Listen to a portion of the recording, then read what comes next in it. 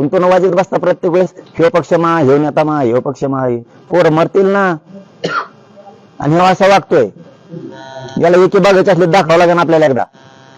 याला वाटत जर असेल ना ते मराठी नाहीत, सरकारपेक्षा मोठा मराठा एकदा पुन्हा दाखवावं लागेल. मग याला हे खेटायला नाही येणार. असं याला सन्मानाने बोलतो होतं, केस मागले तर मी केस आत्मा धरतून वर काढीत.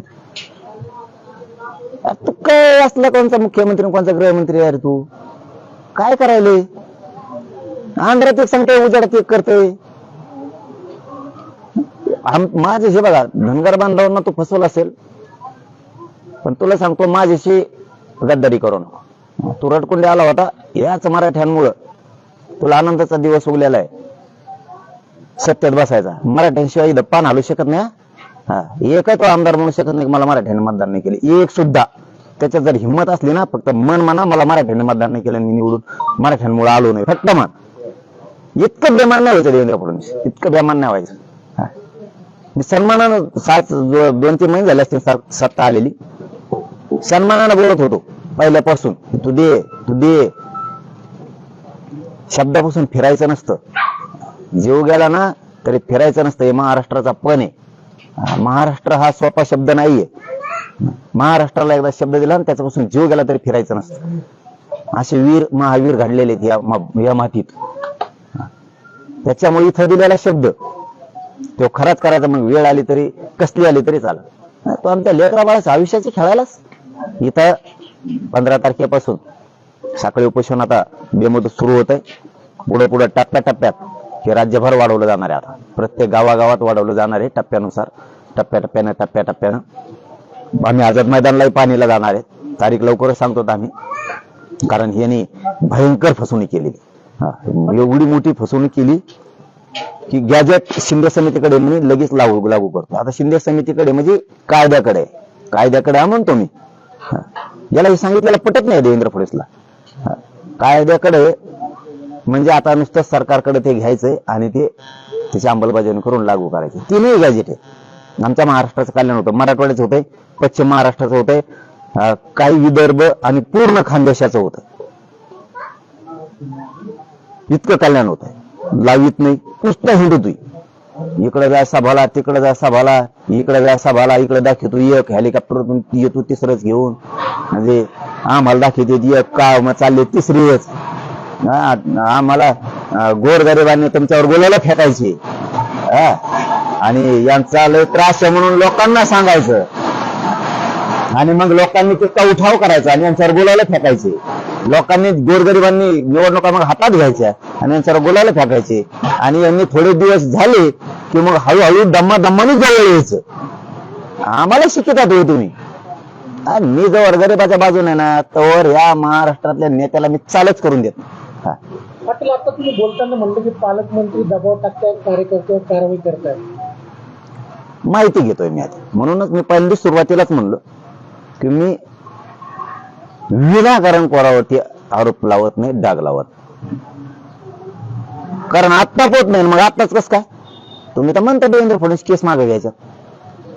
मग असे कोण अधिकारी भाऊ?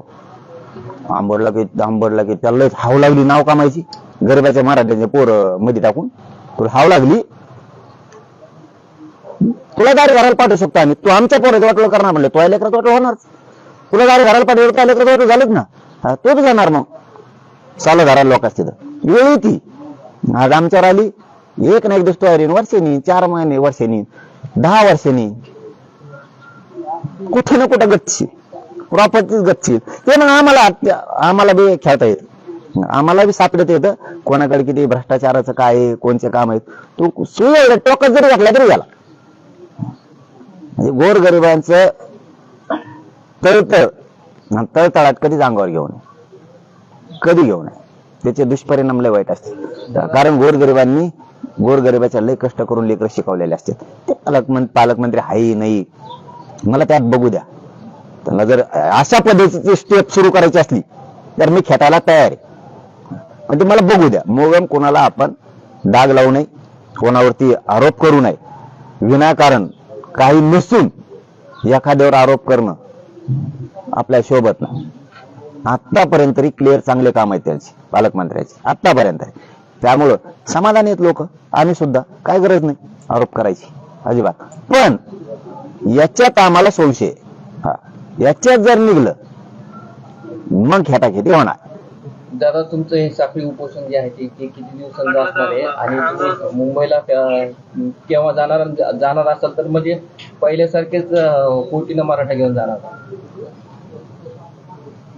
हे साखळी उपोषण बेमुदत आहे. हे साखळी उपोषण बेमुदत आहे. साखळी उपोषण 10-5, 10-20 पोरं बसत राहणार.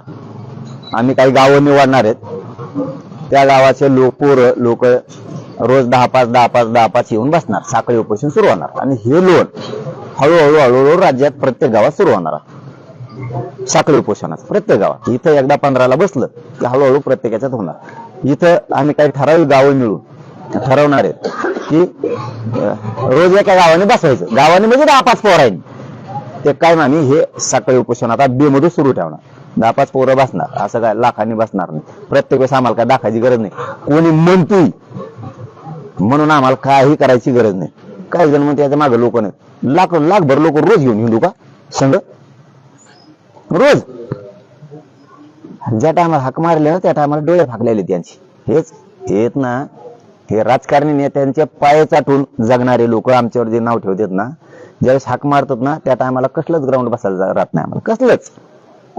आपण एकदा दाखवू, आता आम्ही निवडणूक झालेली त्याच्यामुळे एकदा दाखवू, मग आम्हाला नाही 5 वर्ष दाखवायची गरज. एकदा दाखवू पण आम्ही मराठी मग आहेत त्यांना इतका पुढे एक कार्यक्रम लावून आम्ही एकदा दाखवू मराठी कसे आहेत, म्हणजे त्यांचं तिथून पुढे बंद होऊन जाईल सगळं.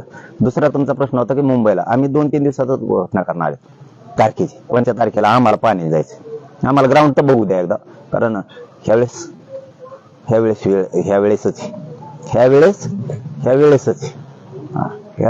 आहे. ह्यावेळेस माघारी फिरणार नाहीये.